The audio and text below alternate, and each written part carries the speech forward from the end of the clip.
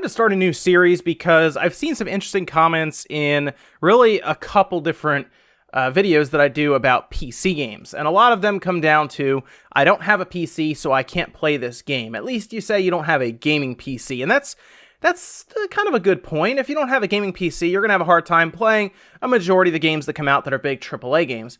But the interesting thing is, you can still play some games on Steam, more than you might think. So I wanted to make a series that I do occasionally from time to time if a game pops up that I think we can do.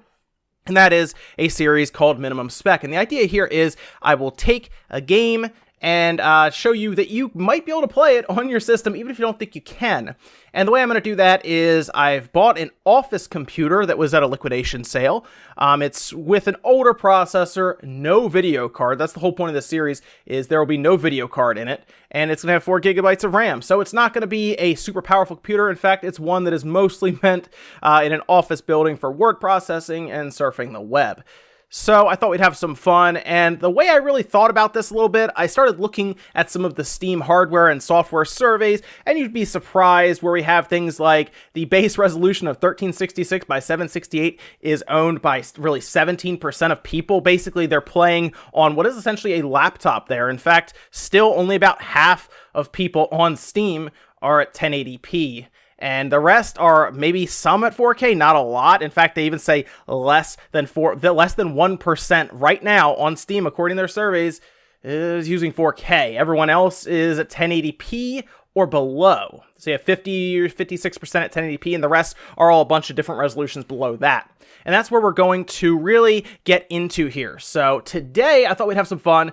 We're going to look at Cuphead. That's right, guys. We are going to attempt to play Cuphead on a computer that has no video card and is set up to be slower than most computers out there today. So let's take a look at Cuphead and see if we can get decent frame rate out of a computer with no video card. So first things first, I need to introduce you to the computer that's going to be running Cuphead. Now, of course, this computer's not very fast. It's not meant to be. So I aptly named it the Pedestrian.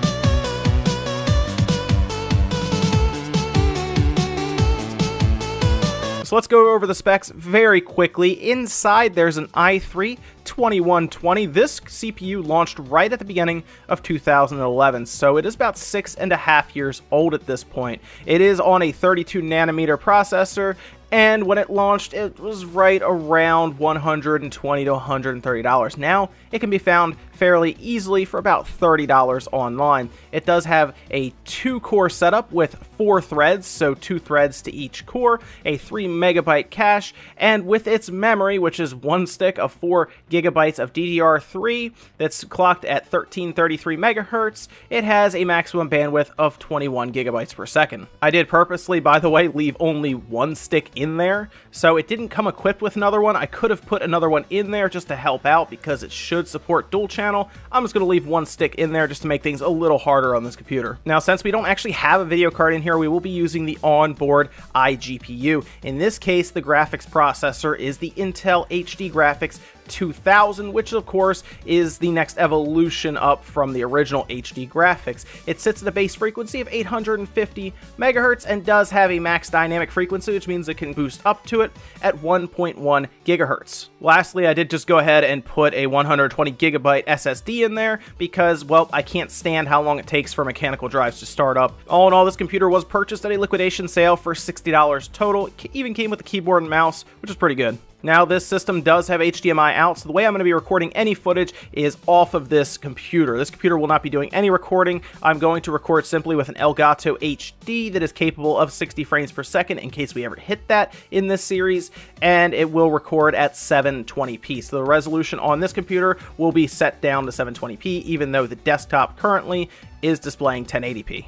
For the most part, any computer purchased in the last 4 to 5 years, especially if it's from the AMD side with the APUs they put out now, should pretty much trounce this computer when it comes to graphical performance. So keep in mind that mostly any computers out there now should be able to perform better in most of these games than what you're going to see. Alright, and here we are, Cuphead running on this computer with no video card. At the title screen, you can see it sits right around 30 to 35 frames per second. What I have done is blown up that frame counter at the top. It was kind of small, so I just kind of blew it up for you guys so you can see it. The resolution, we're going to go with, like I said, it's 1280 by 720, full screen, VSync on. I turned the color bleed down because I don't like really the look of it.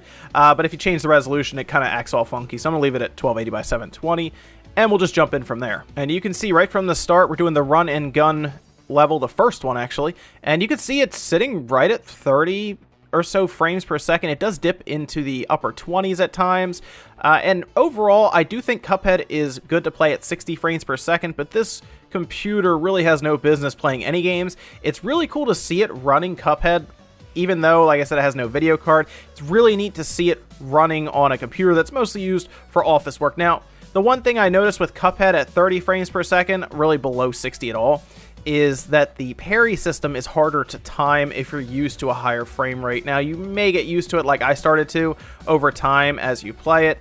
It's not very good to go from 60 to 30 and then try to master that parry system or use it the same timing.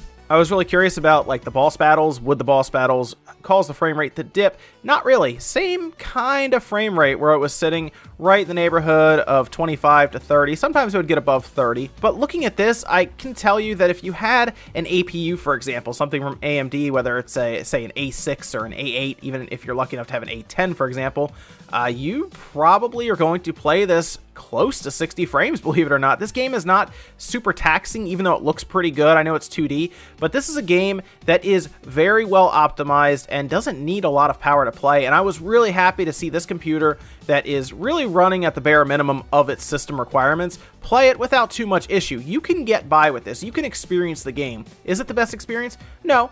But if you're on a budget, you don't really have any other way to play it. You don't have an Xbox. You don't have a competent PC. Maybe this is your family computer that you have, like, for everyone to use. Well, you can at least try out Cuphead and enjoy it and have really a good time playing through it. And that's something I really like, because this is a great game, and it's good to see that a computer that has no business playing it can play it. Oh, and just for fun, I went ahead and took the resolution, bumped it up to 1080p to see what kind of performance hit we'd get, and yeah, don't do that. It sits like 15 to 20 frames. 20 frames is great if you can get it at 1080p in this case, because it's generally at like 14 to 15 frames per second. In this case, with limited memory bandwidth, stick to 720p. But I'm curious to know what you guys think about all of this. Have you tried playing it on a computer that's kind of lower or bare minimum specs and had it really success like I have here? Or are you running on a pretty strong rig like I have as well, where you have a decent gaming rig that plays this 60 frames no problem? If you turn off VSync, it'll jump hundreds and hundreds of frames up. So this is also a really good game if you have a very high refresh monitor, and then even a mid-range rig will play it at high frame rates, which is really cool. Let me know down in the comments below, guys. I'm very curious. Thanks for tuning in to Minimum Spec. I'll see you next time.